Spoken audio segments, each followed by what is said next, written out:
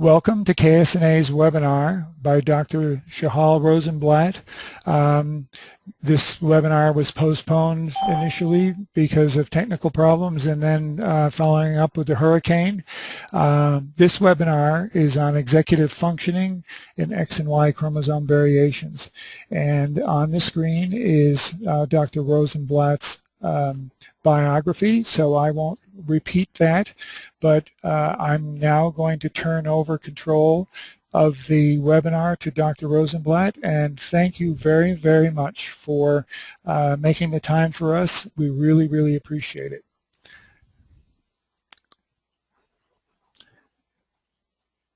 All right, so my name is Dr. Rozenblatt. I am a neuropsychologist here in New York, working with both children and adults.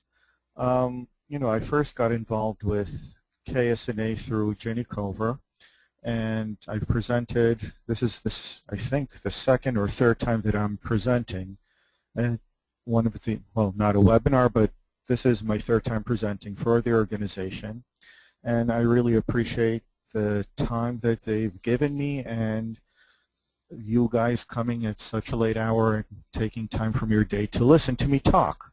I hope you can find it useful. All right, so let's get started. So I had 3 goals that I wanted for people to come out having achieved with this webinar. One is to understand what a neuropsychologist is and the purpose of the neuropsychological evaluation. The second is to develop at least a beginning understanding of what we mean when we say executive functions, and also getting to know some of the brain regions that are involved, which means that you'll be getting a crash course in a little bit of neuroanatomy. Finally, helping you to understand how executive functions are affected by a variety of X and Y chromosome variations. And at this point, we'll get into some research and also some case examples. All right, so let's get started. So what is neuropsychology? Now, some of you may have been involved with neuropsychologists before, so this may be a little too introductory for you. Others of you may have heard about neuropsychology but don't really know what it is that someone such as myself does. So really the goal of when any type of patient comes to see me is to really understand how their brain is functioning or not functioning as it is supposed to, and how that impacts the person in terms of their behavior, how they act, how they do things in their environment, emotions, how their feelings are expressed and experienced, learning and cognition, their ability to gain information and to really think. Social relations refers to basically how well you interact with others, making friends, keeping friends, dealing with family. And then personality and psychopathology. How does this person adapt to their environment? Are they dealing with issues such as, anxiety, depression, bipolar disorder, or other issues that can come up with in our lives? And so that is, excuse me, in a broad stroke, the goal of neuropsychology. When should a referral be made? Here I'm going to limit it to children and adolescents because this is who we're really talking about, but I do see quite a number of adults and older adults for various issues. With children and adolescents, the typical complaint is my kid is not doing well in school, or my kid is behaving in a way that's not working for us at home or in school. We need to know what's going on. And so, learning disabilities, typically, the issues are language-based. So reading disorders are the most common learning disability for which people come here. And so a kid has a difficult time with comprehension, with decoding, and we really need to find out what services they need from the school or from tutors in order to deal with the learning difficulties. Oftentimes, once you have a learning disability, you want to go to college, grad school, become a professional. In order to get accommodations on standardized exams, you need to get a full neuropsychological evaluation. It's not just having a diagnosis that matters to the test agencies, but does that diagnosis impact you in such a way that you have a harder time taking their exam? So they're trying to make sure that you're not disadvantaged by, whatever it is that you're being diagnosed with, but they also don't want to give you an advantage over other people if you don't need it. Problems with attention are at least the second, if not the most common issue for which people come for an evaluation. Attention problems, we typically think of ADHD. And as we'll get to later on in the talk, we'll see that ADHD, is a fairly amorphous diagnosis, but it's also far from the only reason for having problems with attention. The other part, impact of neurodevelopmental conditions. X and Y chromosome variations are considered neurodevelopmental conditions. This is a very broad term for things that go wrong during the process of development. And so it could be epilepsy, it could be Klinefelter syndrome, it could be a wide variety of other issues that go on as children develop either prenatally or postnatally. And finally, there's diagnosis and treatment planning. Now, diagnosis is really putting a name to a series of symptoms, behaviors, or performance indicators. Treatment planning is determining what is it that this person needs to function more effectively in their particular environment.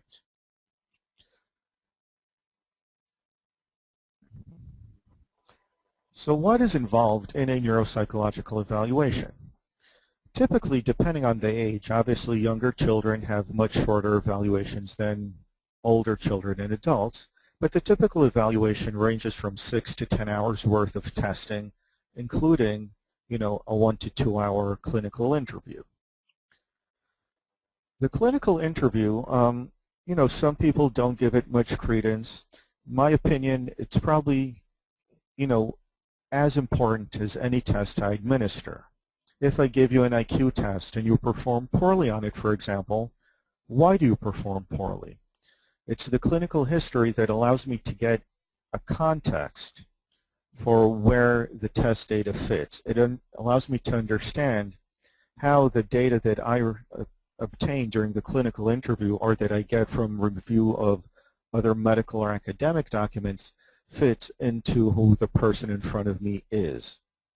And so this is essential. It includes, birth history, medical history, developmental milestones, looking at various symptoms of attention, depression, anxiety, a family history. Are there any relatives that have similar conditions or who have struggled in some way academically, socially, or developmentally? Behavioral observations.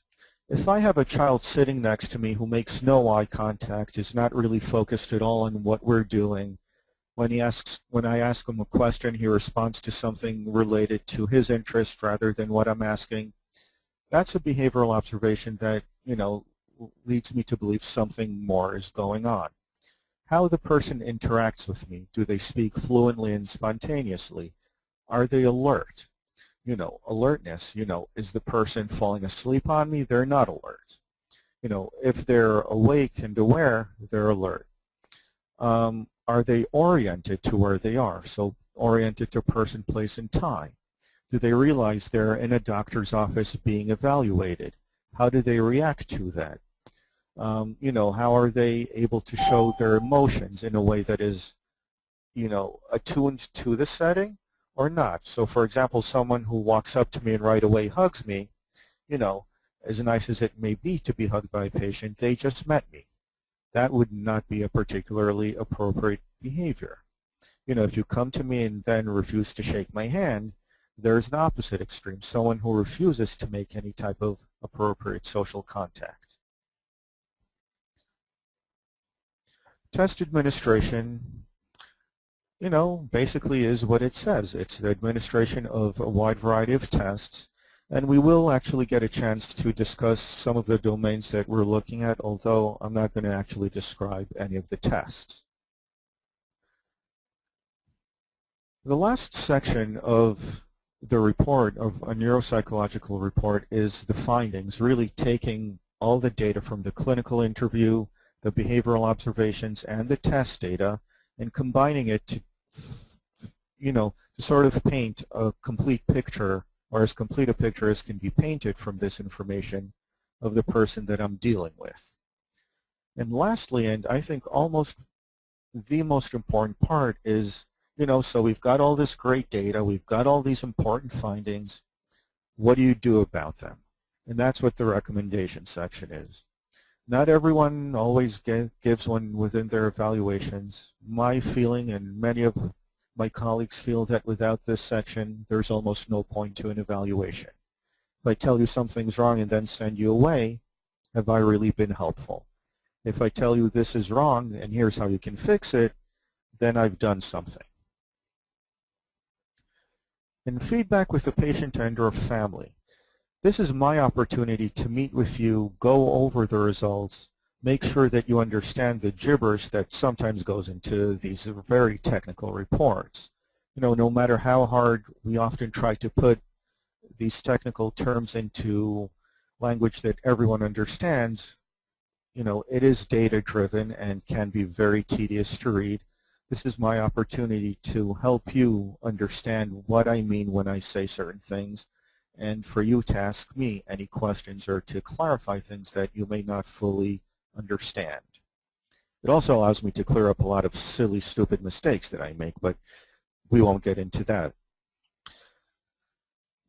So the areas assessed in the neuropsychological evaluation.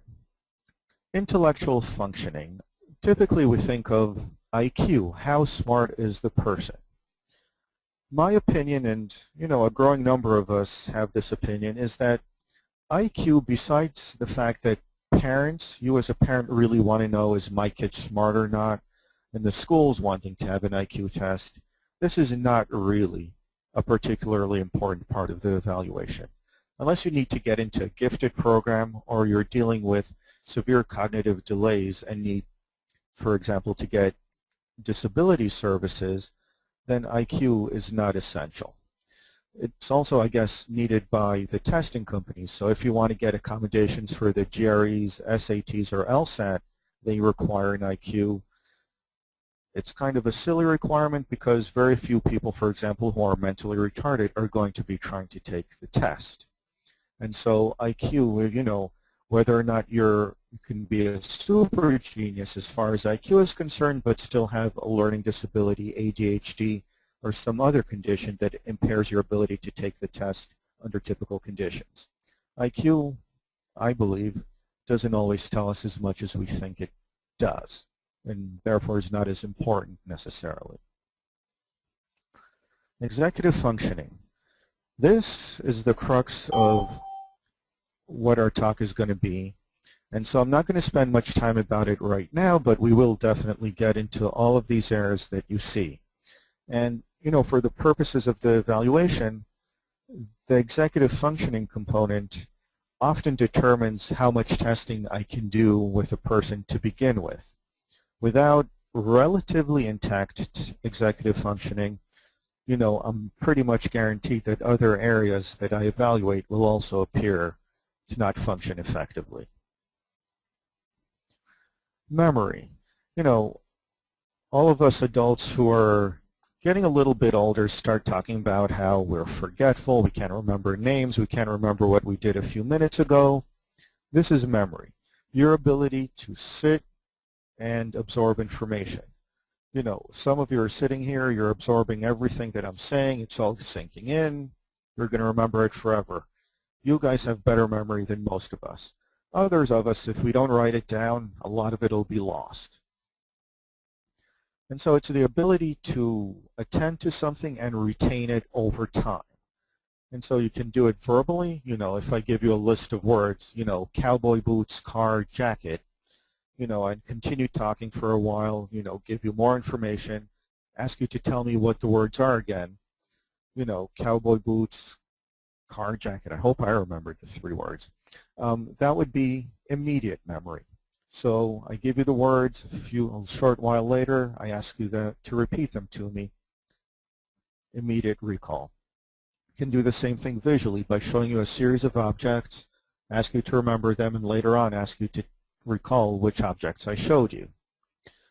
Delayed information, there's long-term, long. Let me start again. For delayed memory, you can have, there's varying length for it. And so if I ask you 20 minutes later what the 3 words are or were, that's delayed recall. But I can also ask you what you did 3 years ago. That's also a delayed recall paradigm. And so different types of disorders, for example, individuals with Alzheimer's dementia may be able to recall information from their distant past. But once the disease progresses, they may not even remember their kids. After a car accident, you typically cannot, or let's even talk less severe than a car accident, a sports concussion. Oftentimes the athlete cannot remember what happened immediately before or immediately after the hit to the head. And so, our ability to retain information is often compromised in that way, and memory, our ability to retain information, can be compromised in these situations. Recognition, instead of asking you to tell me what the 3 words were, I give you a list of a bunch of words. Some of them are brand new. Some of them were words that you've heard before. My goal is to see if you can sift through the chaff and get to the meat and tell me, ignore the distractor items and tell me those that were the ones that I asked you to remember. And one of the things we look at when memory testing is not just your ability to retain the information and retrieve it, but also your susceptibility to interference effects.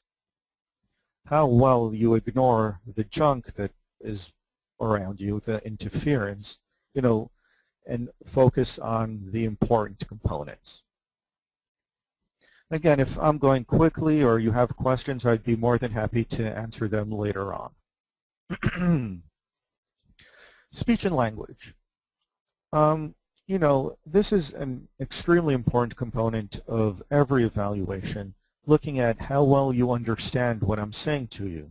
For example, if receptive skills, your comprehension of what is being said to you is limited, then you may be performing poorly on a test, not because you don't have the skill, but because you don't understand what to do. Expressive language is your ability to express your ideas, thoughts, emotions, whatever is going on inside your head, to convey it through language to those around you. And so children with expressive language delays have a hard time communicating with those in their environment, limiting their ability to learn, limiting their ability to form relationships. Another component of language is phonological awareness and fluency. This refers to the understanding you have of the sounds of the language and how to manipulate them. For those of you who have any expertise in how reading develops, phonological awareness is the precursor to decoding. And so if I give you the letter A, you as an English speaker or someone who at least studied English know that in certain contexts it makes the long sound A or the short sound A, and your ability to manipulate it is sufficient enough so that when you see it combined with CAT, you know that it's not Kate, it's cat. Fluency refers to how quickly you process the language. And so, word retrieval, how quickly you process the sounds. The faster you process, the better off you are, the better a reader, or the more fluent a reader you'll be. Academic achievement, math, reading, and writing.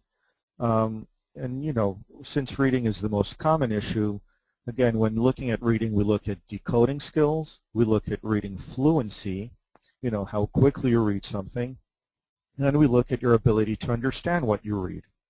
So I just finished writing up an evaluation where decoding skills were average, fluency was superior, but reading comprehension was quite poor.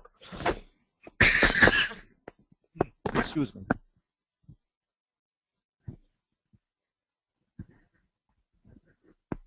Now, getting over a cold, so excuse me a bit.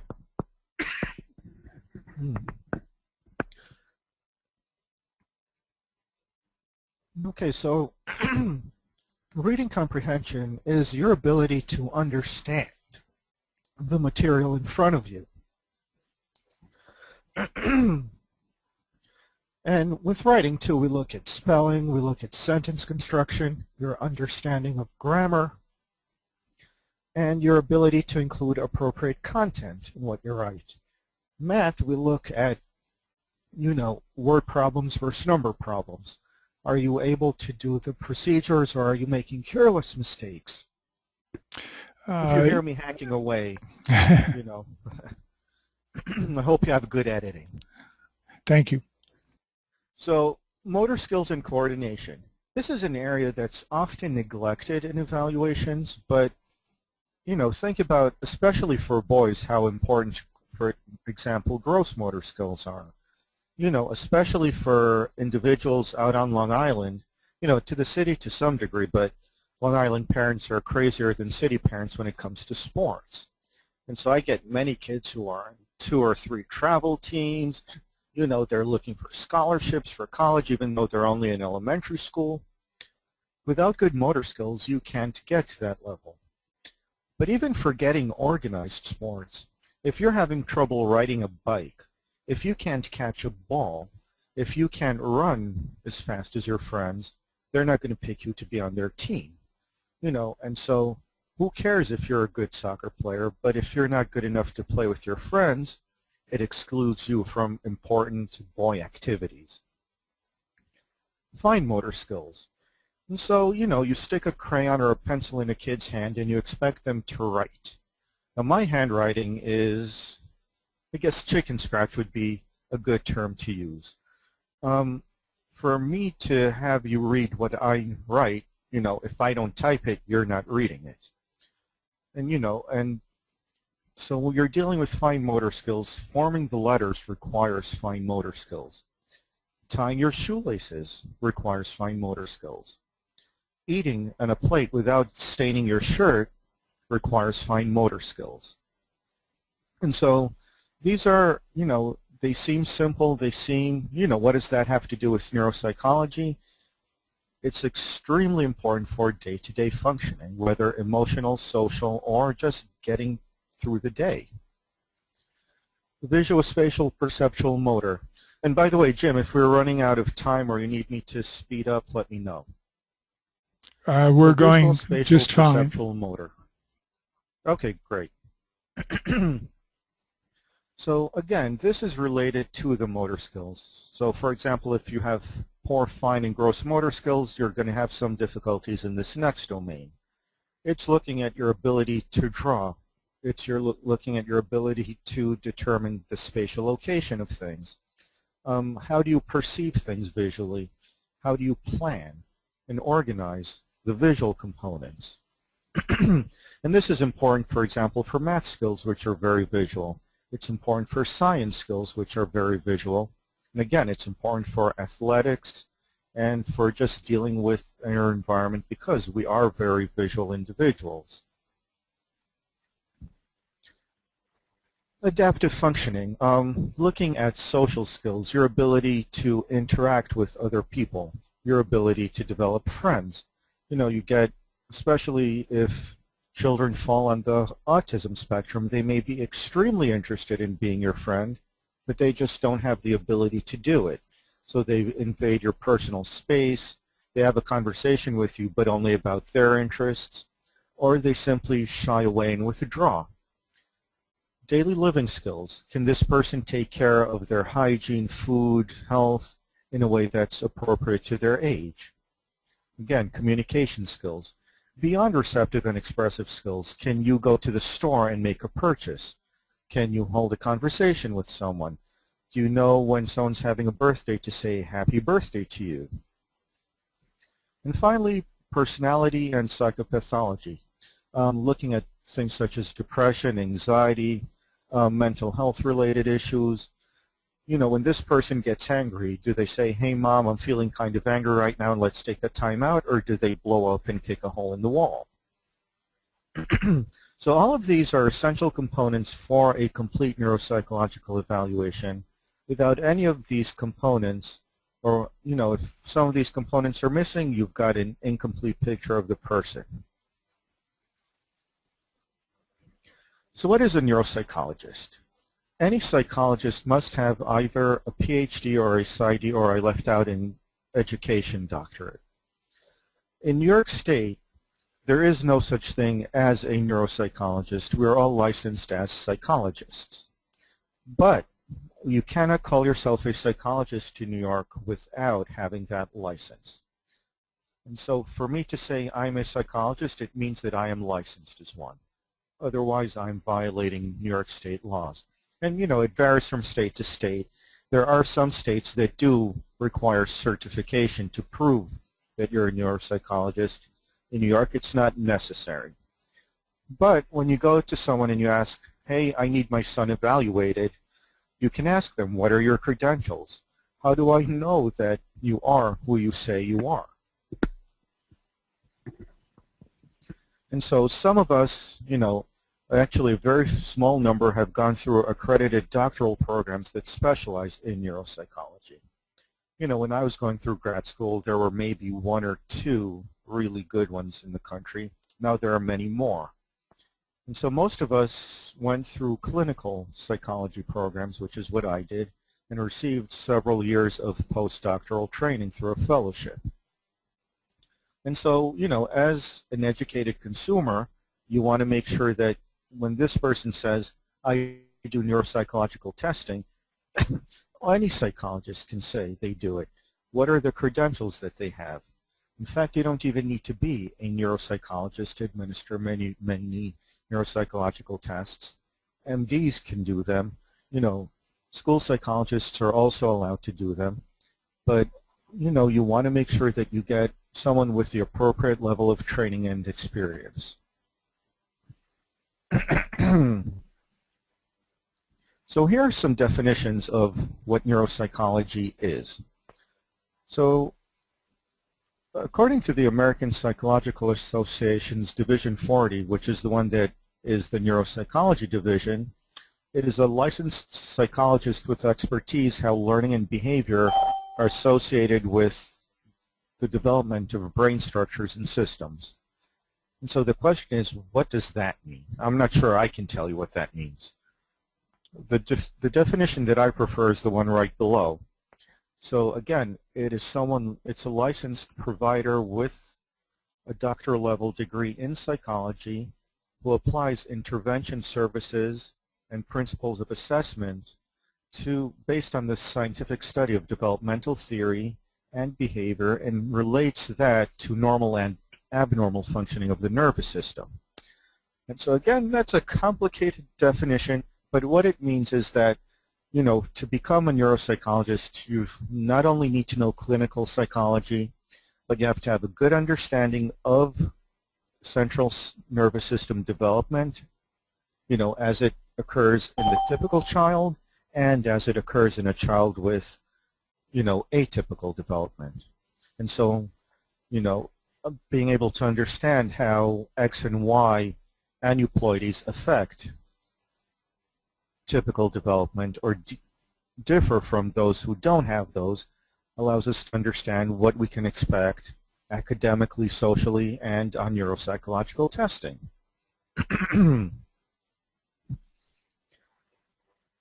And so a little bit about how the neuropsychological evaluation differs from other types of assessments. So, like school psychological evaluations or clinical psychology evaluations, intellectual capacity is almost always involved. Oftentimes, more often than not, so is academic achievement.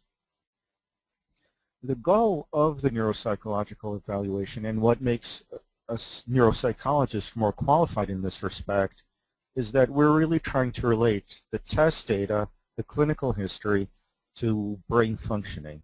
How is this particular brain able to deal with the tasks of everyday living or with the tests that we're giving compared to other people who do not have the same brain issue?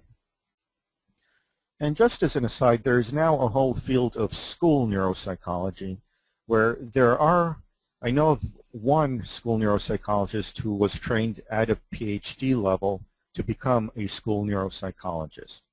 The vast majority of school neuropsychologists get a certificate that they took some courses. And so, you know, here you're listening to my bias, and so you're welcome to tune out for a second, but getting certified is something, you know, doing a course that gives you 6 months of experience, whatever, you know, number of courses you've taken, not sufficient. It takes a lot more to understand the tests and how to interpret them within the context of, you know, even the simplest person is an extremely complex organism. And so if you don't have the sufficient training and supervision, then you cannot possibly give a good evaluation, and makes you not a particularly good neuropsychologist in that instance. So again, the caveat is, you know, like when you go shopping for a car, that's the way you should shop for neuropsychologists. Ask the questions because you're spending a lot of money and a lot of time and putting yours or your child's health on the line with it. Ask a lot of questions. You're not satisfied, go to someone else. So let's go more deeply into executive functions.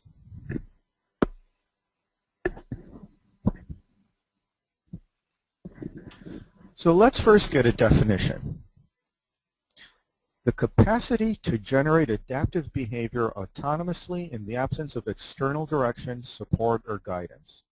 This book, Subcortical Structures and Cognition, if you guys have insomnia, I highly recommend this book because it'll put you to sleep. But if you're interested in learning about executive functioning and the cortical and subcortical structures, it's an excellent book. I actually had the pleasure of meeting the authors last week, and I don't think I'm as smart as they are, but that's a whole other issue.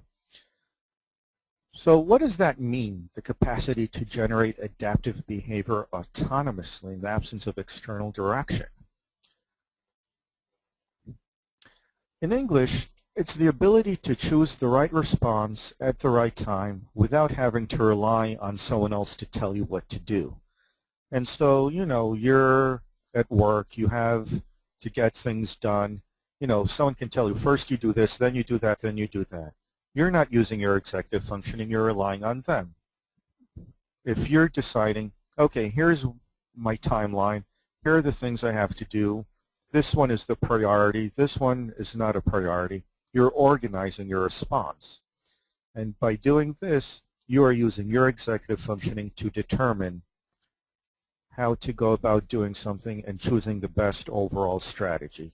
And that's what the capacity to generate adaptive behavior autonomously refers to. So now we're going to look at the specific components of executive functioning. Attention is the capacity to selectively focus on one aspect of the environment while ignoring other things. And there's a variety of types of attention. We're going to get into 3 of them. Typically what we think of as attention is the ability to stay focused.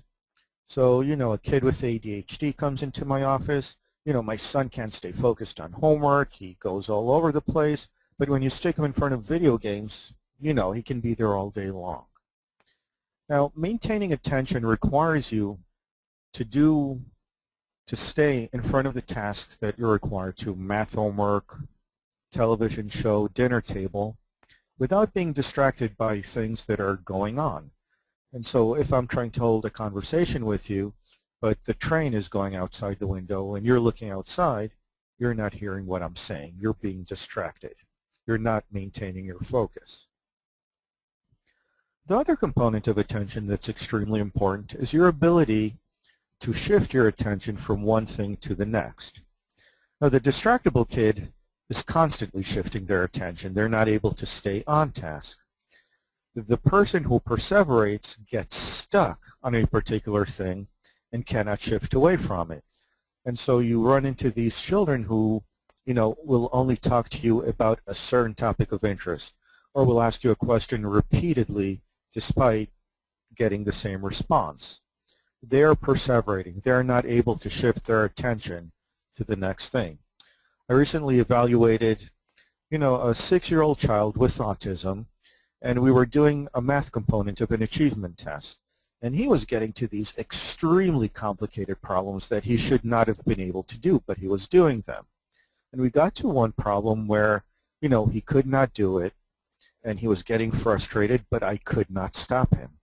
He basically sat there for 45 minutes, no matter what I did, no matter what his father did, could not shift away from that one test, one math problem, I should say. The only way I could eventually get him to stop is by making a copy of the math problem and letting him take it home with him. I couldn't actually get him to leave the office and stop the evaluation either. And so, according to Dad, he continued working on it for hours at home until he finally got it with some help. But that was perseveration. Divided attention. That we often refer to as multitasking, the ability to focus on more than one thing at a time and get it done. If you ask me to multitask, at least one of those things is not getting done. And so for me, my multitasking is focusing on only one thing. And so, I give you several pieces of data or information, and you can hold them and process them at the same time, divided attention. You're watching a TV show while talking to your husband or wife, and you're able to do both. That's divided attention. Working memory. This is the ability to maintain information in mind so that it can be used or manipulated in some way. So here's a math example, solving 2 plus 3. If any of you require working memory to do this, it's probably because you're not paying attention or there's a math disorder. Most of you looked at 2 plus 3 and right away you said 5. On the other hand, if I ask you to solve this one, 2,357 plus 973, that requires a bit more of working memory. Some of you may be math whizzes and just got it, but for most of us, this took some mental manipulation. And that's what we're talking about with working memory. It can be thought of as RAM on the computer, another good analogy. So as long as the information is on the computer, and as long as it's being used on the computer, it's in RAM. The memory is a short-term memory that's designed just to keep information in the quote-unquote mind of the computer, and unless you hit the save button, that information will eventually be lost. There are several other facts that we need to keep in mind about working memory. First, it has limited capacity to hold information. Most people can hold, 7 plus or minus 2 pieces of information before capacity is overloaded. This means that, the typical adult holds between 5 and 9 pieces of information at any given point, and beyond that point, you get diminishing returns. And so, for example, the reason that most phone numbers are 7 digits long is because that is around our capacity for working memory. It's harder to remember 8 digits compared to 7. And it's not only capacity that limits working memory, it's also time. And so we have approximately 30 or so seconds with which to keep information in our head before it goes away. And so for people who process information very slowly, you're limited by that time. It takes you longer to do it, and so at a certain point you start forgetting, quote unquote. You lose some of the information that you wanted to retain.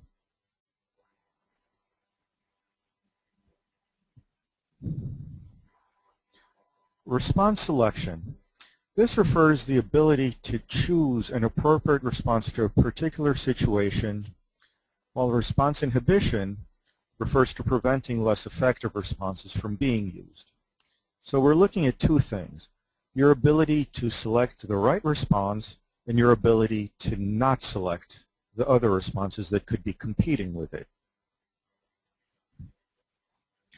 So an example, your child wants a new toy. Does he or she, nag you until you capitulate.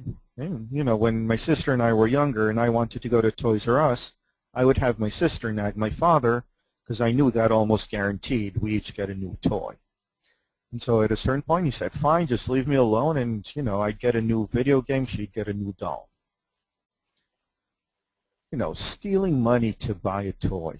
You know, that may work, but obviously it has some consequences that we don't particularly care for. Not the best choice. Now here's the kid, does his chores, earns his rewards. You know, this is what we all would love our kids to do. If any of you are able to do this, please call me. I would need your help. You can probably partner with me and we'll do some good work together. You know, this is the ideal that we're working towards. A kid who decides, this is the goal that I have, here is how I'm going to get to it. So as can be seen from each of the examples above, there are many ways of achieving a goal, but only some of them are effective, or you know, some are more effective than others, and some are more socially appropriate than others. You know, here we're also talking about assessing the consequences of one's actions. You know, the consequences could be, you know, doing things that makes your parents say, hey, you deserve a reward, or hey, this kid is not getting anything, they're getting time out at best. Emotion regulation. This is important.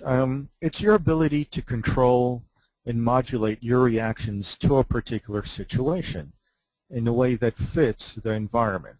So, you know, you're driving down the highway and some dude, you know, in their little Corvette cuts you off and, you know, you want to give them the birdie. You know, typical reaction. But do you actually start chasing the guy? That's poor emotion regulation. You know, you start thinking, oh, this guy did this to me, he can't get away with it. Emotion regulation. With kids, you know, you get tantrums, poor frustration tolerance, quickly and easily angered. So you get a kid who's doing their homework, can't complete it, rips up the paper. Or you get a kid who wants the toy, doesn't get it, gets really angry at mom, kicks a hole in the door. Poor frustration tolerance, poor emotion regulation. And so, you know, how you react to your environment is controlled by your brain, how it processes the information and determines this is a good thing to do, this is not such a good thing to do. Dr. Rozenblatt, I've got a couple of questions that are timely. Sure. Would poor impulse control be a kind of response inhibition? Basically, poor impulse control is lack of inhibition. And so, you know, we all feel, you know, again, going back to the car thing where someone cuts you off, we all get really angry at that, you know. But you say to yourself, you know, if I start chasing this guy, I'm doing something dangerous, I may get a ticket, you know. And so you're determining that this is not appropriate, you're inhibiting the response. If you hit the gas pedal and you start chasing him and screaming at him, you know, you're disinhibited. And so they're connected. All right, so a follow-up, if someone has poor emotional affect, I believe I'm reading that right, poor emotional affect, what does that say about executive function? Poor emotion, is that like, I'm not sure if that means negative emotions like feeling sad or angry, or just not really reacting or overreacting to a situation. So, you know, lack of emotional connection. Yeah, lack of an emotional connection. Lack of emotional connection. That's a different issue. Here we're talking about, you know, it is brain related, but it's more of the emotional components of the brain that aren't working properly, so that, you know, you're talking about someone, for example, along, not necessarily autistic, but someone who has spectrum type issues where they have a hard time relating. It's not an executive functioning issue, but more of the social aspects of the brain not working in the same way that they need to. I mean, people with executive functioning issues are not unattuned or disinterested in other people, their behaviors just make it more difficult for them to form good relationships. I don't know if that clarifies it at all, but I'd be more than happy to take other follow-ups. Yes, the questioner has said that answers the question. Okay. So any more questions, or do I go on?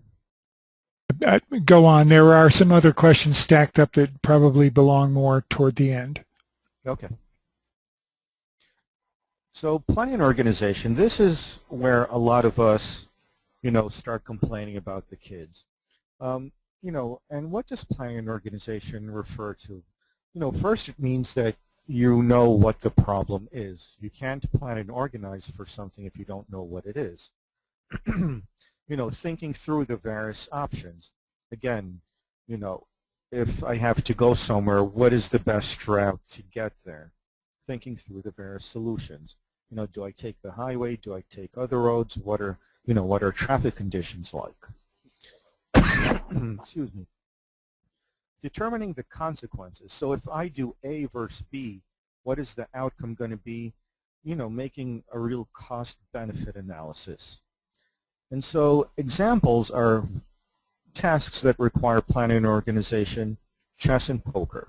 Now, I don't want you to go and teach your kids to be gamblers, but for example, if you look at poker, what is required in that? You need to be able to be attuned to other people and what they're doing, their facial expressions, their reactions. You need to be able to do math. You need to count money. You need to be able to count the cards. You need to be able to understand how to organize the cards. If yours have two kings, you know that in all likelihood the other person can have at most two. And so it requires you to plan, to organize, but it also requires a lot of working memory, attention, and regulating how you deal with things. And so chess, the same thing. A good chess player not only thinks about what to do with their particular piece at that particular time, but is looking to see how their current move is going to affect move several steps from now, not only theirs, but also the moves that the other player, their opponent, is going to make. And so, one of my recommendations is always to teach kids these games of strategy. It's a fun way of developing executive functioning skills. Now, this isn't a scientifically based recommendation, but it does make sense. It has some face validity. If you can be a good chess player, then the likelihood that you have executive functioning deficits is lower. All right. So now we're going to get into some anatomy. Hopefully, I'm not going to put you guys to sleep in this component.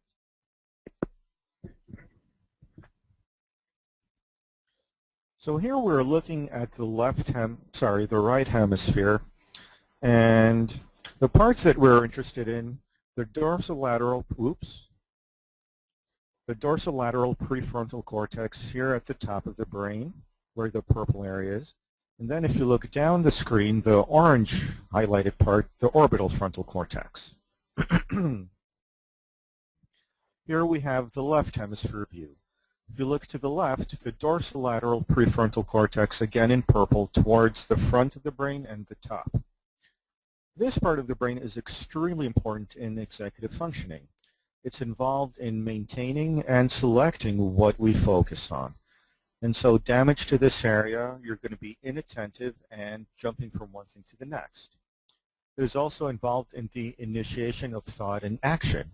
There are some motor areas connected to it, like the motor association areas, which we're not really going to get into. And it's also involved in working memory. And so the dorsolateral prefrontal cortex, when it does not work properly, again, you see deficits in attention. You see a lack of interest in things, and apathy. The person just doesn't care as much as he or she used to. And so, you give them their favorite food, they're like, okay, that's fine. You give them, rice cakes every day for dinner, okay, that's fine too. And so they don't show the same enthusiasm for areas of interest that they once did. Different from depression. Deficits in planning and organizing both thought and behavior. And so these people are disorganized. You know, you give them a math problem, they're all over the place. You look at the way they deal, you know, they can't do their checkbooks anymore because everything's a mess. They can't find the paperwork. And they have a lot of difficulty setting goals. And, you know, in setting goals, this is what I want to accomplish. We spoke about the kid who wants a gift from Toys R Us. And so the goal is to get a present. The steps necessary to get to that goal is part of what the dorsolateral prefrontal cortex does. Okay, and again, if anyone in the audience has questions later on, I'd be more than happy to try to answer them. I don't want to go too much into brain anatomy, but enough to give you an idea of how specific areas are involved in executive functioning. So again, dorsolateral prefrontal cortex, remember it's involved in attention, working memory, and planning and organization skills. Okay, orbital frontal cortex. It's again the frontal lobe, but this time the lower portion of it. It's involved in sustaining motivated behavior. So again, going back to that goal of getting the gift, you know, the gift is the motivation. Without the orbital frontal cortex, you have very little to sort of drive you to do things. And so, again, you get this sort of apathetic type of feeling to the person. Behavioral inhibition. I don't know how many of you are familiar with the case of Phineas Gage, who was a railroad worker who was involved in an accident where dynamite went off and blew a rod through his, you know, orbital frontal cortex. He survived and he lived a fairly long life, but he became very dysregulated. You know, before the accident, he was a very calm, very friendly, you know, appropriately outgoing family man. After that, he became, you know, quite the opposite, with inappropriate sexual behaviors and remarks and, you know, very glib and poorly regulated. Orbital frontal cortex is also involved in the temporal ordering of behavior, determining the proper time for expressing certain behaviors. And so if you're getting angry at the presenter for talking too quickly, giving too many details, not explaining clearly enough, you're not going to start yelling at the computer right now. You're going to hold off and say, you know what, I'm going to call my friend later and say, oh, this guy was a terrible presenter. On the other hand, you may also say, oh, this guy's so good, but you're still not going to yell that into the computer. It's not appropriate. You're going to hold back and then gush later on Twitter. Deficits to the orbital frontal or damage to the orbital frontal cortex result in personality change. So we spoke about Phineas Gage going from a mild-mannered guy to this disinhibited, impulsive, poorly regulated guy. You know, these are the guys who, you know, just hug you, tap you on the shoulder. And keep in mind, not everyone who behaves in a disinhibited way at a certain point has frontal lobe damage, but this is just to give you a general idea. And so some people are just more outgoing than others. Some people are more inhibited than others. It doesn't mean that they've hit their head and now don't function appropriately. It's just could be a matter of personality.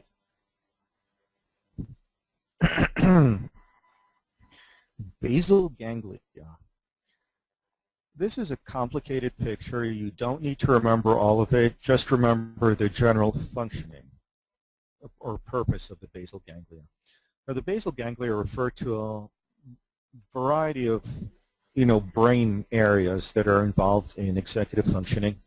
And if you look at the bottom picture, that thing that looks like a two-headed tadpole, those are the structures of the basal ganglia.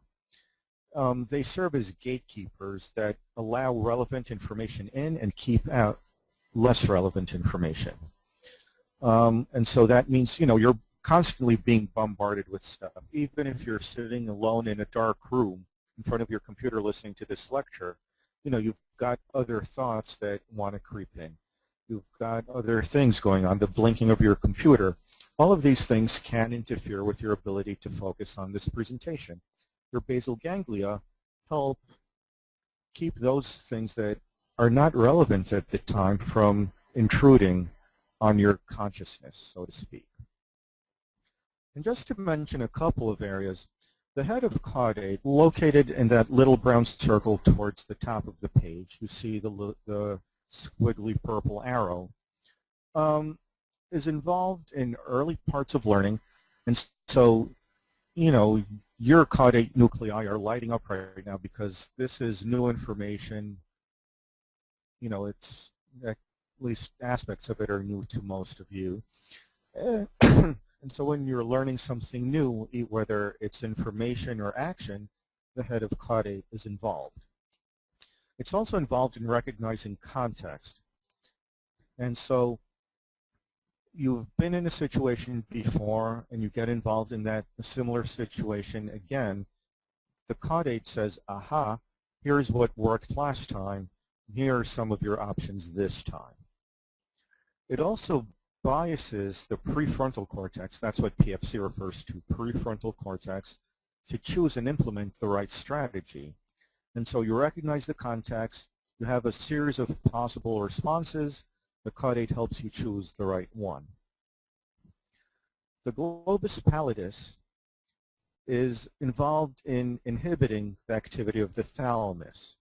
The thalamus is that pink structure that we see surrounded by the green.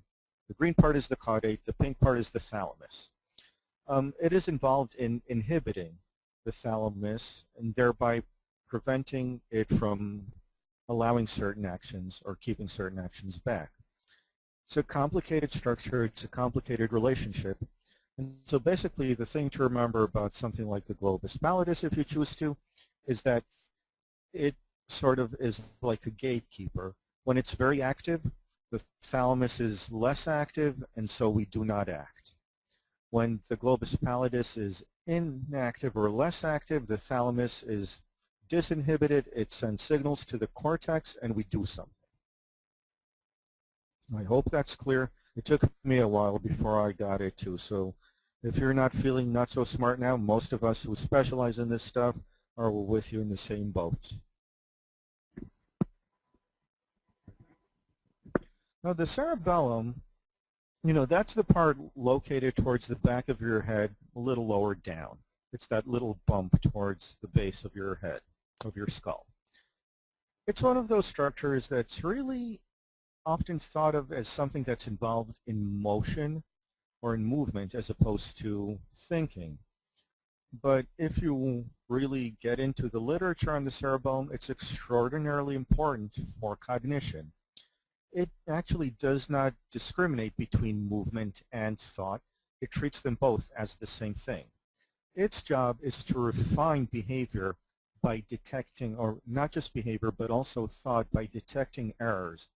And so you did something, but it did not work well.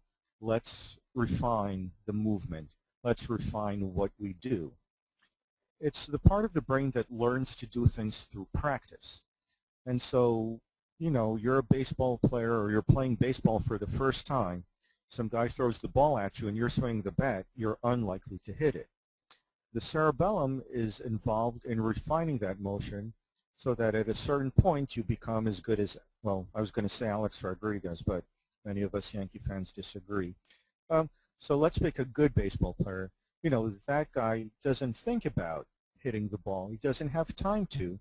It's become an automatic behavior that is easily done and, you know, which doesn't, you know, what for us would take thought, for that well-developed baseball player becomes an automatic behavior. That is the cerebellum doing its job. And some problems with cerebellar syndromes, you get emotional dysregulation, like a depressive type symptom. You get uncoordinated movements. And for example, people may over or under reach for objects if they have cerebellar damage. It's also involved in memory, in the pacing of movement, in the timing of thoughts and behaviors. And so all of these structures are essential for executive functioning. So executive functioning in Klinefelter syndrome. And, you know, One thing that I want you to keep in mind when looking at these studies, there is not a good body of literature on, and I looked mainly at Klinefelter because that is the more common X and Y aneuploidy. And so you'd think 1 in about 500 births, you'd see some research on it. But there's actually a great paucity, a great dearth of information available. And so this is a very interesting study, but they evaluated 4 10-year-old boys. And when we're talking about sample size, 4 is tiny. This is the type of sample size that used to generate hypotheses about what you would expect Klinefelter syndrome to look like. It's not a particularly good way of generalizing to your children. And we'll see there are some other studies that sort of validate these results. But again, just as a caveat about looking at research data, you want studies that have more rather than less kids. Same ways when you look at drug studies, when you're looking to see if a certain heart medication is effective, you have to give it to hundreds of people before it's determined that it has an impact. Otherwise, you may just be finding spurious results. And so that being said, let's look at some of the findings of Temple and Sanfilippo. Verbal IQ lower than nonverbal IQ, although both were average. What this means is that, they had a nonverbal IQ, being able to do visual tasks that were, 100 or so plus. The average IQ score for most tests is 100 plus or minus 15 points. So you're looking at low average is 85. The bottom of low average is 85. High average is 115. About 70 or so % of us fall between 85 and 115. That is low average to high average. 100 is average. Saying that verbal IQ was lower than nonverbal IQ, but both were average, meaning, you had a score of 100 or so on nonverbal and in the 90s on the verbal. It's not that there is, an impairment in verbal IQ. It's just not quite as well developed. In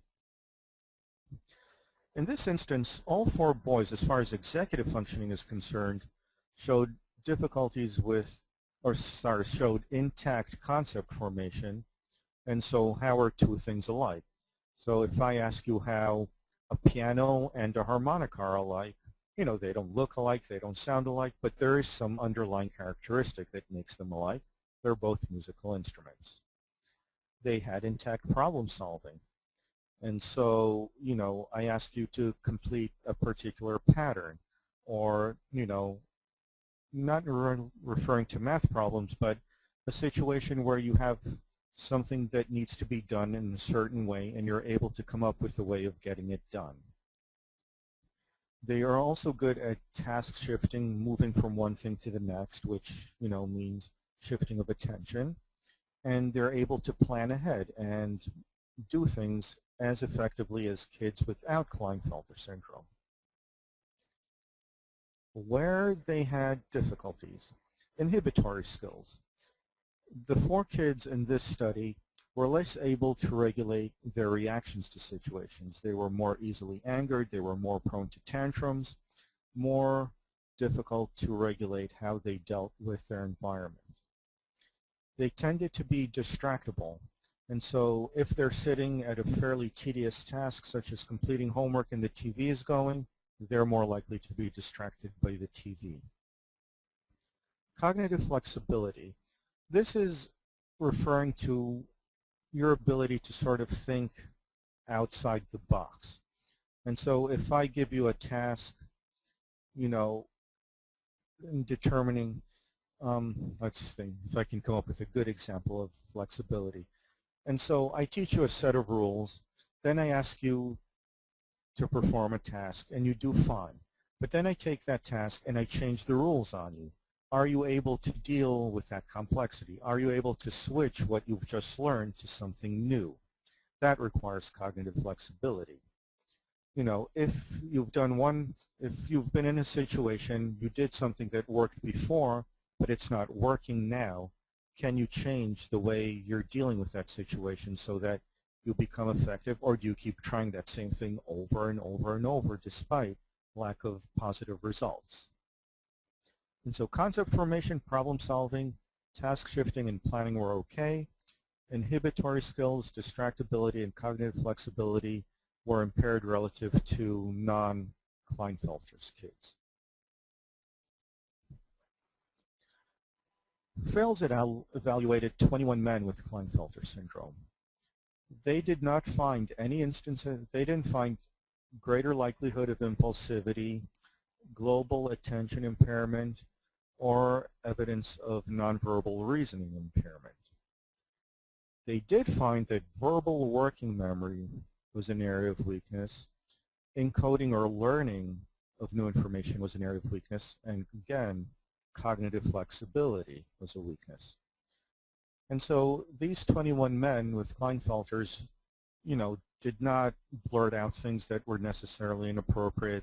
And I'm just giving you examples. It's not necessarily related to these samples, but you don't expect a man with Klinefelters to say inappropriate things about his relationship with his wife, for instance. You don't expect him to fly off the handle more than a typical man would. You don't expect them to be more or less inattentive than a typical man, and you don't expect any weaknesses in nonverbal reasoning compared to a typical man. What you do expect is that keeping verbal information in mind, manipulating that verbal information, is weaker. Encoding and learning is weaker, particularly in the verbal domain. And think back to that lower verbal versus nonverbal IQ. Anything that's verbal is more likely to be more difficult for individuals with Klinefelters. And again, the cognitive flexibility, being able to think in a way that's different from what you typically do, is an area of weakness.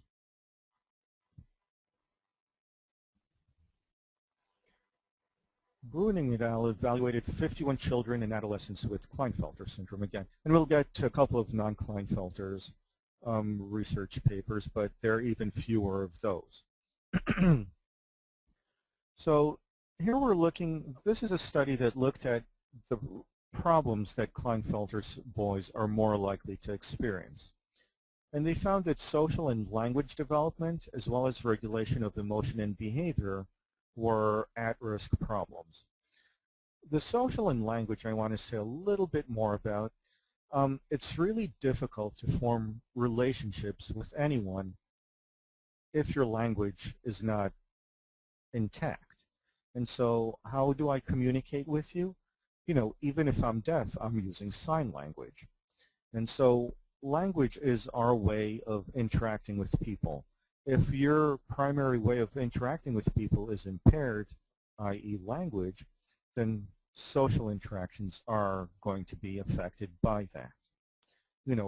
Children with a stutter or with bad articulation errors, they may have great social skills, but because they may sound funny, other kids may think, oh, they're stupid, or whatever other pejoratives come up, and not want to be with them.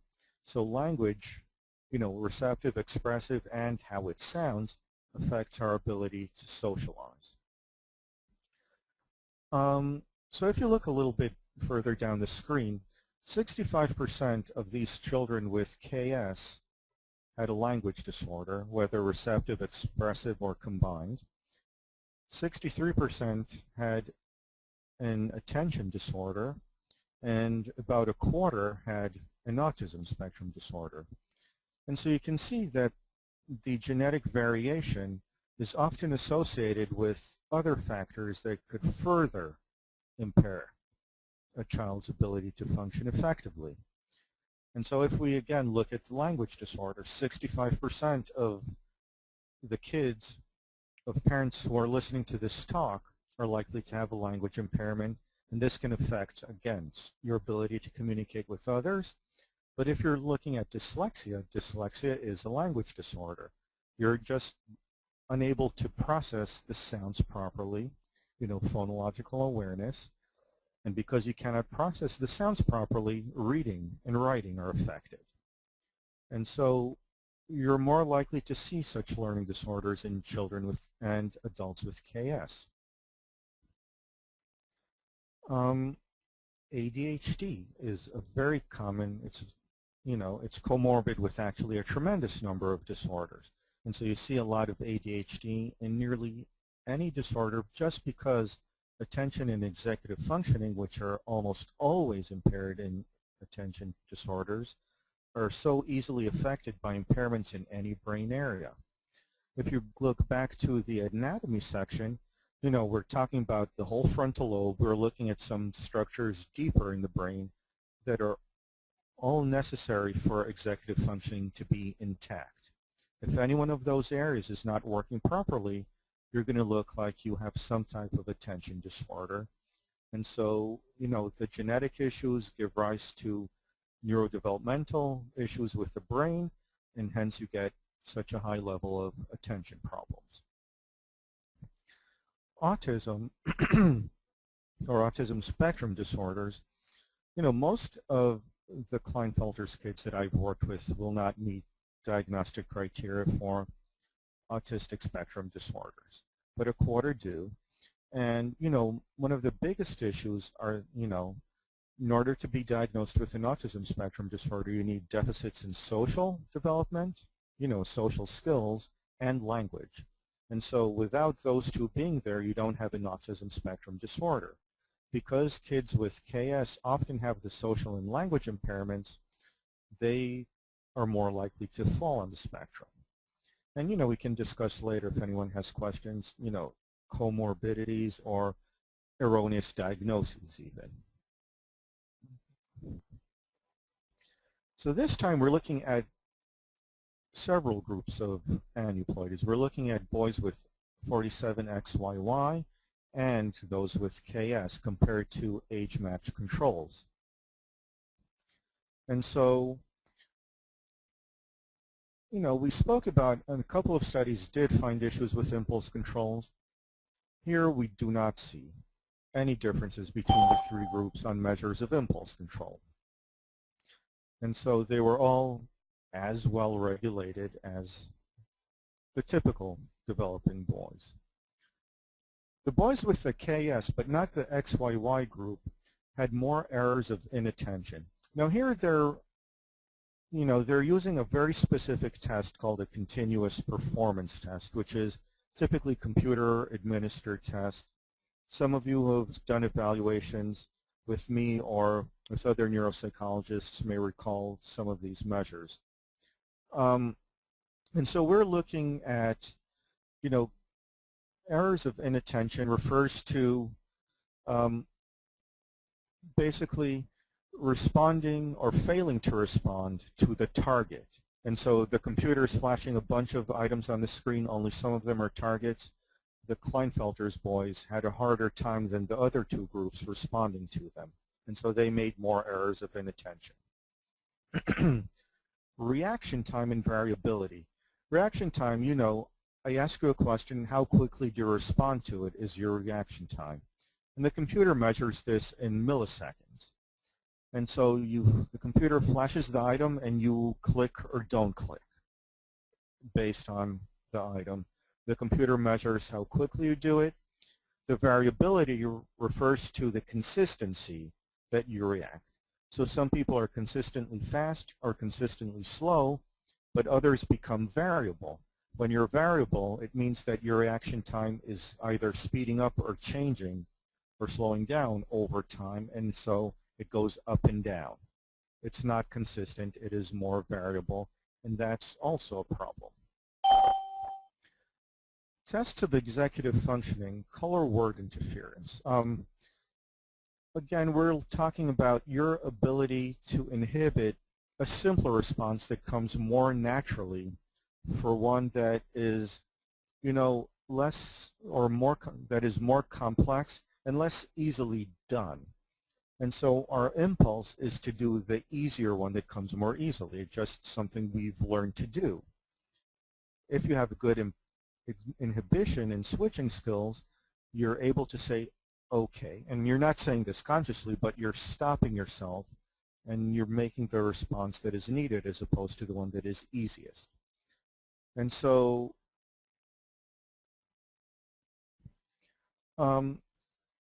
the XYY group had the greatest difficulty on this component. Although the Klinefelter's kids were a little bit lower than the control kids, they weren't statistically different.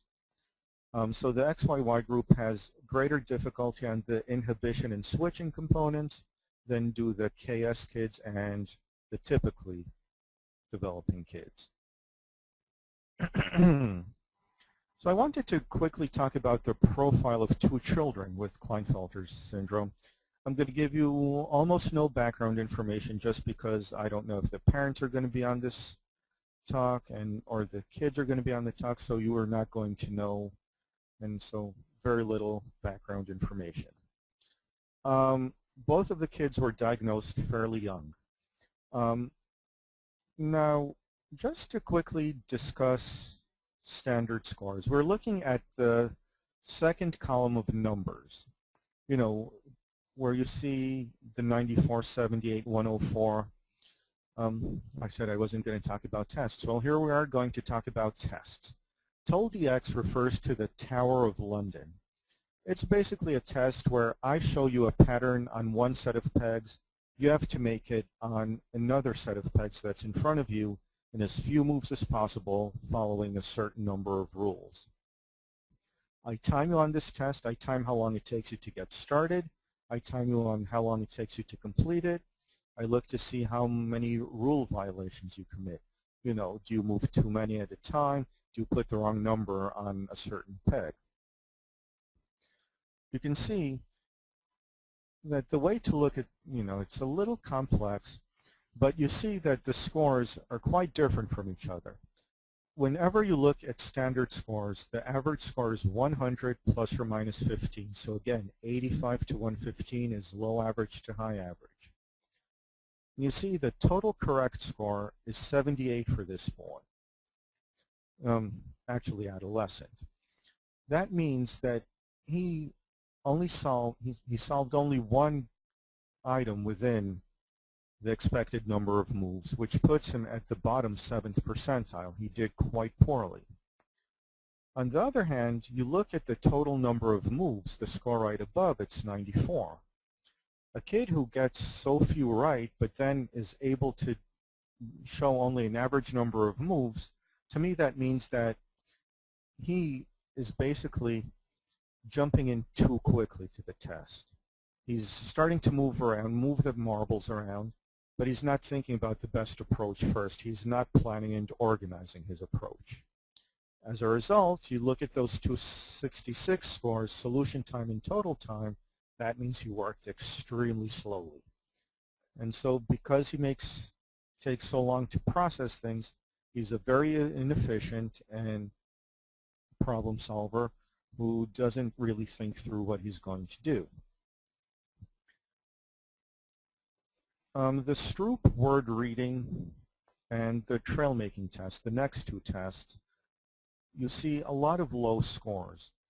A lot of those are related to processing speed issues as opposed to issues with executive functionings per se. And so this is a kid who just does things very slowly. When you do things very slowly, a lot of things that are supposed to be executive functioning are also going to be lower as a consequence. And so this is probably the hardest part of the talk to understand just because we're dealing with statistics and interpretation of data. But we'll get to the behavioral components. These are teacher and parent ratings. And here you're looking for scores that are 65 on up in that second column.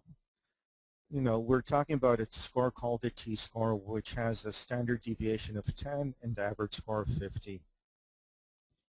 And again, Jim, let me know if I'm putting people to sleep or if there are any questions about this component. No, we're doing well. There are questions backed up, but I think they are appropriate for the end. Okay. Okay. So, you know, you look at this particular boy. He's sort of an anxious, depressed kid, very self-critical, you know, very aware of areas of weakness, prone to sadness, also has a lot of social difficulties, problems with attention, can be oppositional, has problems with thinking, and is very hyperactive. Teachers have similar complaints. Say he's withdrawn, presents as anxious and depressed again, problems with attention, some problems with thinking. And so if we go back up a slide, we're looking at someone whose executive functions are weak, and this is how they manifest in the behaviors that we're seeing: his ability to learn, his ability to interact, his ability to regulate emotions. Case example 2 is another adolescent. Now here we're looking at the Connor CPT-2. That's one of the continuous performance tests we just spoke about. High scores on this test are bad scores.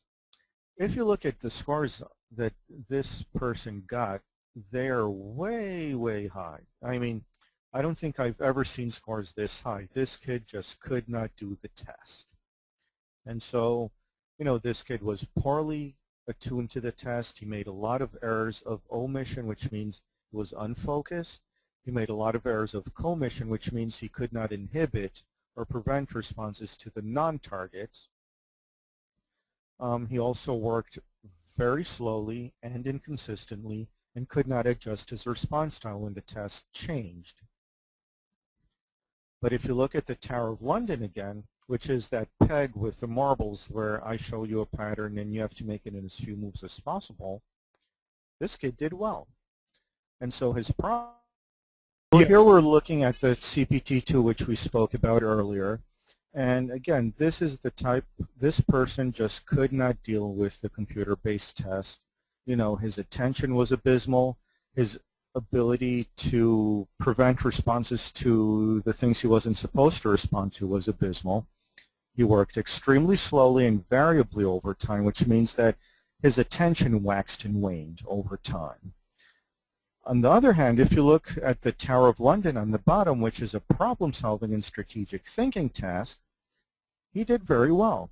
I mean, the total correct responses was average, but he demonstrated a high average ability to regroup when things did not work out as well. And so here you see that, although these are only 2 examples of Klinefelters, that there is a lot of variability in the presentation. This kid is anxious, depressed, a lot of somatic complaints, social problems, thinking problems, attention problems. He's also breaking the rules of the house, he's aggressive. Similar reports by the teacher. And if you look towards the bottom, the brief, this is a parent rating of executive functioning. These are, again, extremely high. I mean, this parent feels that their kid is unable to do any of the executive functioning skills in a way that is adaptive. It requires a lot of guidance from teachers, from parents, in order to make it through the day satisfactorily. And so you can see the pattern of impairments is fairly different between the 2 boys. They have similarities, but also quite a bit of differences. And even though there are areas of significant weakness in each profile, there are also areas of real strength. Both of these kids had average IQs. You meet either one of them, you see that things aren't quite what you expect them to be socially, but for the most part, unless you are familiar with Klinefelter syndrome, would say that they're regular kids in most respects. And so trisomy X, a little bit about that in cognitive functioning.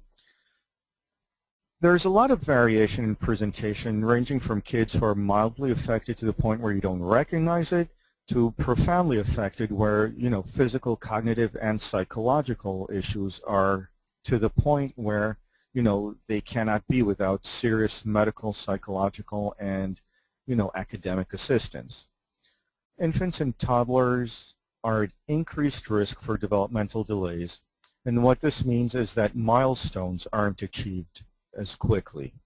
And so you see speech delays, you see motor delays, potty training is more difficult. They do a lot of things at a later date, and the longer it takes you to do things, the more susceptible you are for learning problems later on.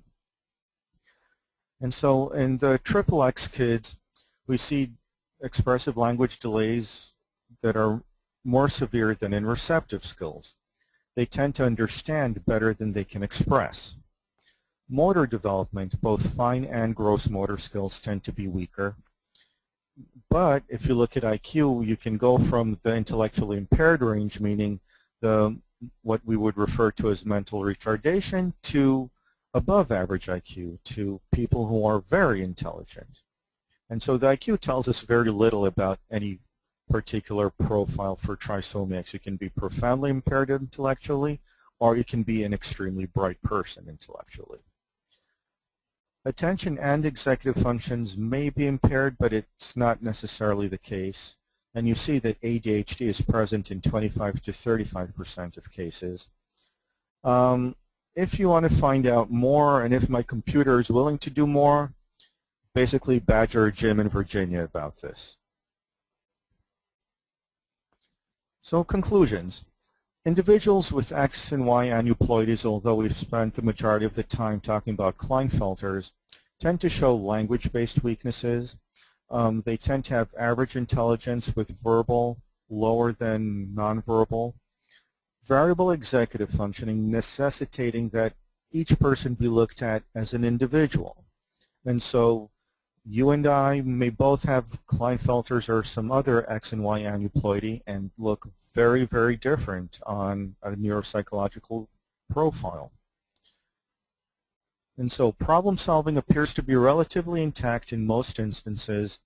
Attention, sustained attention, can be impaired. Processing speed, how quickly you process information, tends to be impaired across the board. Now, the main issue with the research is that there's just not enough of it. You know, we have a ton of stuff on autism, we have a ton of stuff on ADHD and learning disabilities, but we do not have enough on Klinefelters and other aneuploidies. And so that is it. We had some technical glitches, but I appreciate your patience, your attention to this, and I'm more than happy to answer any questions that you may have.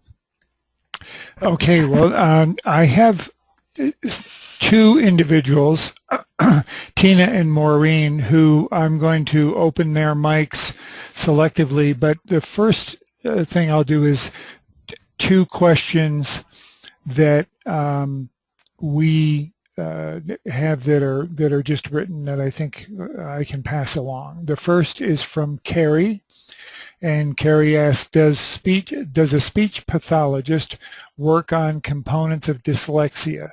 And she's asking because it's an insurance issue where the insurance lists dyslexia under a speech disorder, and she thought that was kind of odd. It is kind of odd. Typically when you're talking about dyslexia, insurance often doesn't cover it because it's an academic issue as they see it. Now, I can point you to the brain areas that are involved in dyslexia, and it's typically left hemisphere right around this region where the language functions are. But that being said, the insurance companies don't care. They consider it speech. I don't know what my computer is doing now. But if you're going to a speech pathologist, you need to ask them very specific questions. What I would recommend doing first is going on a website like Wright's Law and finding out what legally the school is obligated to do. If you can get them to do it, then you have less to worry about with a speech pathologist.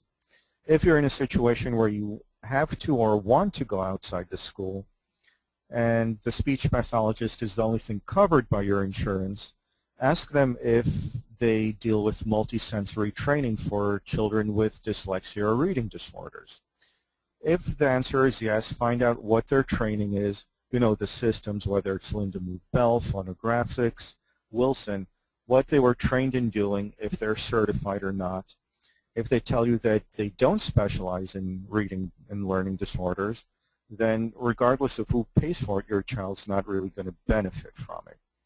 Other websites, the International Dyslexia Association is an excellent website. LDonline, I believe, .org or .com is another excellent resource that will get you information that you need in that respect. But so speech pathology tends not to be the way to go. So a follow-up on this related to an IEP question. This is from Robin, and the question is, with a medical diagnosis of trisomy X, APD and ADHD, is the school district... What is APD? I don't have that. I just have the thing. So I'll wait for Robin to provide the auditory processing disorder. Okay. And is the school district required to give the child an IEP, in your opinion?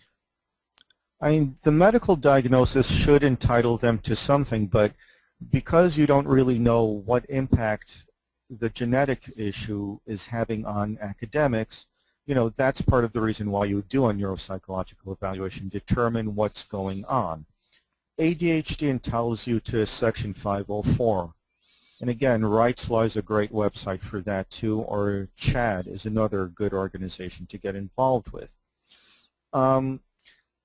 As far as auditory processing disorder, you know, my take on that is a very pessimistic one. I apologize to any speech pathologists or audiologists that are online with us, but I don't think that diagnosis is really much of a diagnosis. It doesn't really give you much detail about what's going on with the person.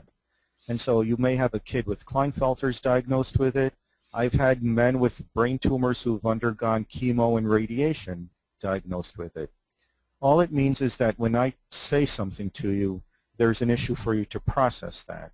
But it can also guarantee you that with auditory processing disorder, you're likely to have motor issues and also visual processing issues. And so it really doesn't differentiate much as far as what should or should not be done. Okay. The one mom who was going to ask you questions has opted to try to connect by email. Okay. That was Maureen. And I do have Tina, who had some questions at the beginning, so I'm going to open her microphone because her questions were sort of complicated. And so Tina, if you're there, I am unmuting you now and you can ask your questions. Oh, thank you so much, Jim. Hi, Tina. Hi. Thank you so much, Dr. Rozenblatt. It's been indeed a pleasure listening to your precision and your way of presenting everything. Even here. though we had some technical glitches, huh? Yes. Actually, there's an echo here, Jim. I'm not sure. It's acceptable. You can go ahead. Okay, great. Dr. Rozenblatt, my son is 16 years old. He's a KS. Since the 3rd grade, he's had about 5 neuropsych evaluations. The most recent one being about 9 months ago. Mm-hmm. He's a junior in high school here in New York. And I had him seen by a private neuropsychologist. Anyway, he has all the social and language deficits. His cognitive flexibilities on the low side, working memory, expressive, receptive language, all of the above pretty much that you just discussed. He has an IEP for the first time, mm-hmm. and I find it is so difficult to really come up with a solution to really help him productively. He has a paraprofessional 7 hours a day throughout his classes, who pretty much just sits with him in the classroom, and at the end of the school day, the para writes down his homework on a sheet of paper, and that's pretty much the extent of the para's help. My son struggles tremendously with the executive functions. And I see him almost crippling his performance.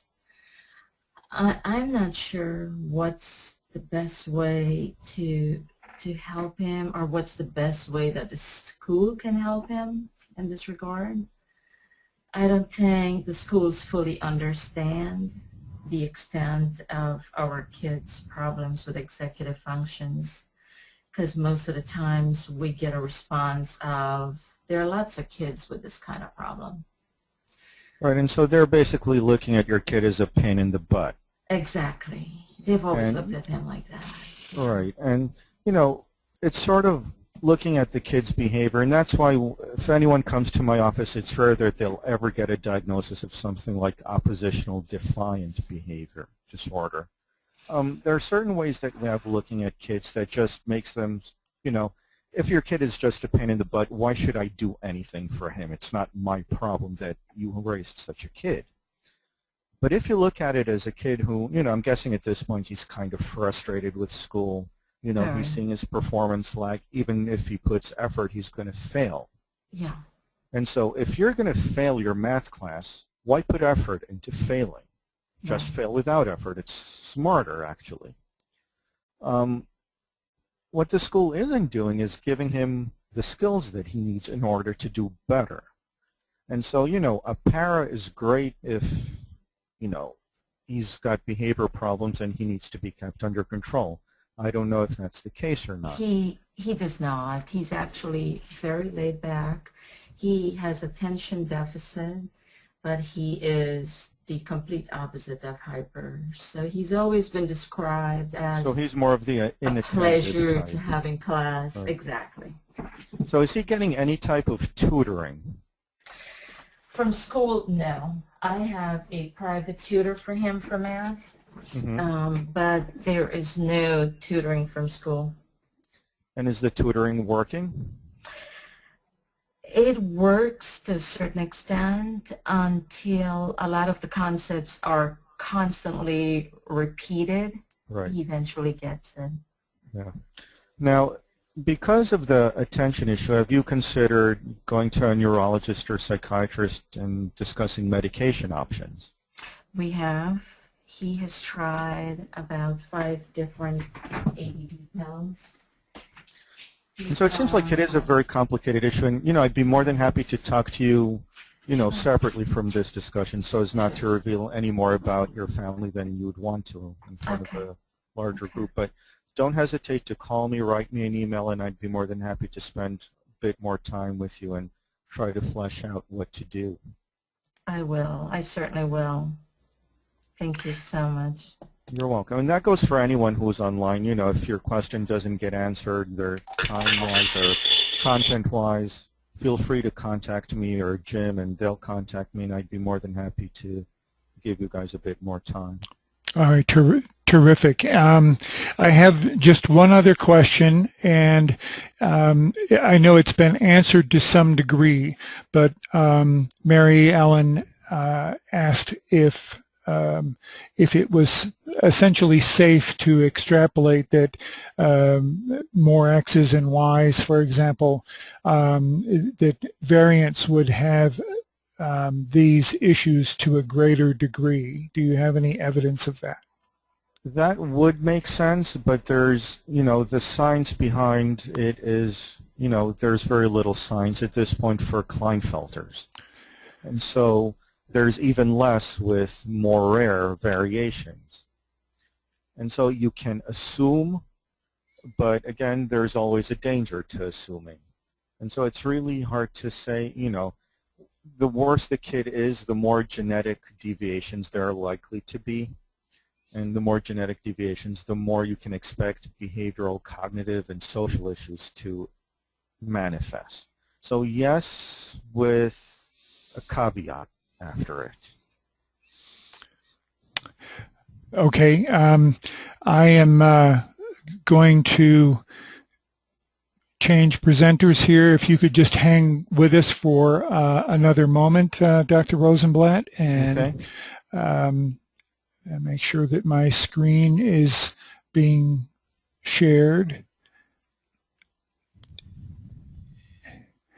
And what I wanted to do is make sure that everyone knows that there is a printable handout on the website that goes along with this, and everyone was alerted to this first attempt at the webinar, but just in case you missed that, that is right here.